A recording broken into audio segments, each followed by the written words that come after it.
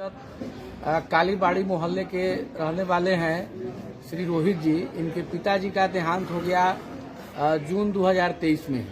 पिताजी के मृत्यु के बाद में इनको जानकारी मिला कि इनके परिवार के नाम पर कोई राशन वगैरह का कार्ड वगैरह भी था, लेकिन राशन कार्ड इन लोगों के पास में नहीं था।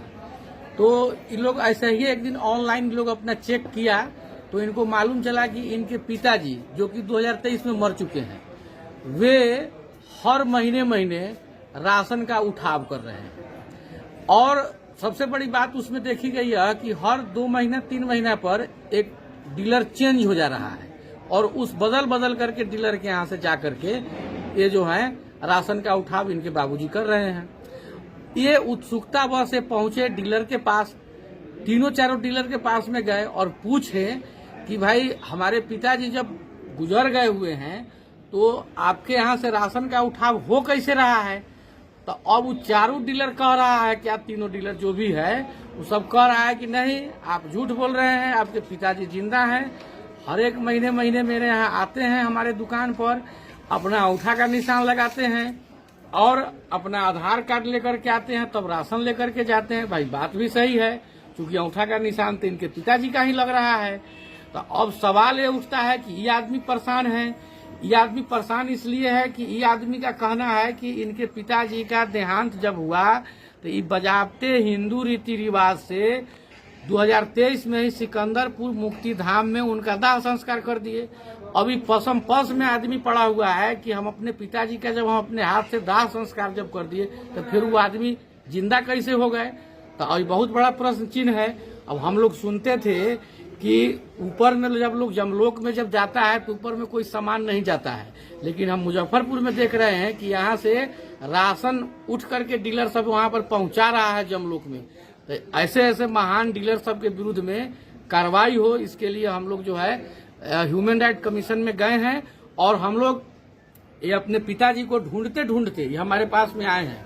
आप बोले हैं कि अब हमारे पिताजी को ढूंढने में मदद करिए, तो हम लोग इस मामले को लेकर के national human right commission, Bihar state human right commission में हम पहुंचे हैं और हम लोग निष्पक्ष जांच की डिमांड की है। जी।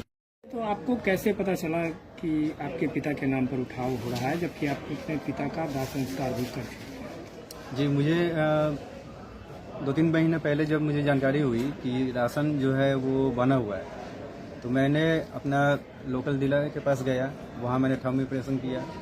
उसमें मुझे ये जानकारी मिली कि मेरे पूरे फैमिली मेंबर का उसमें नाम ऐड है। जब मैं ये जानकारी लिया कि कब से राशन उठ रही है, तो वो कह रहे हैं कि आपका राशन कंटिन्यू उठ ही रहा है। मैंने पूछा कब से, तो काफ़ी दिनों से उठ रहा है। मैंने बोला कौन उठा रहा है, तो वो कह रहे हैं आपके बाबूजी का इसमें दिख रहा है लगातार।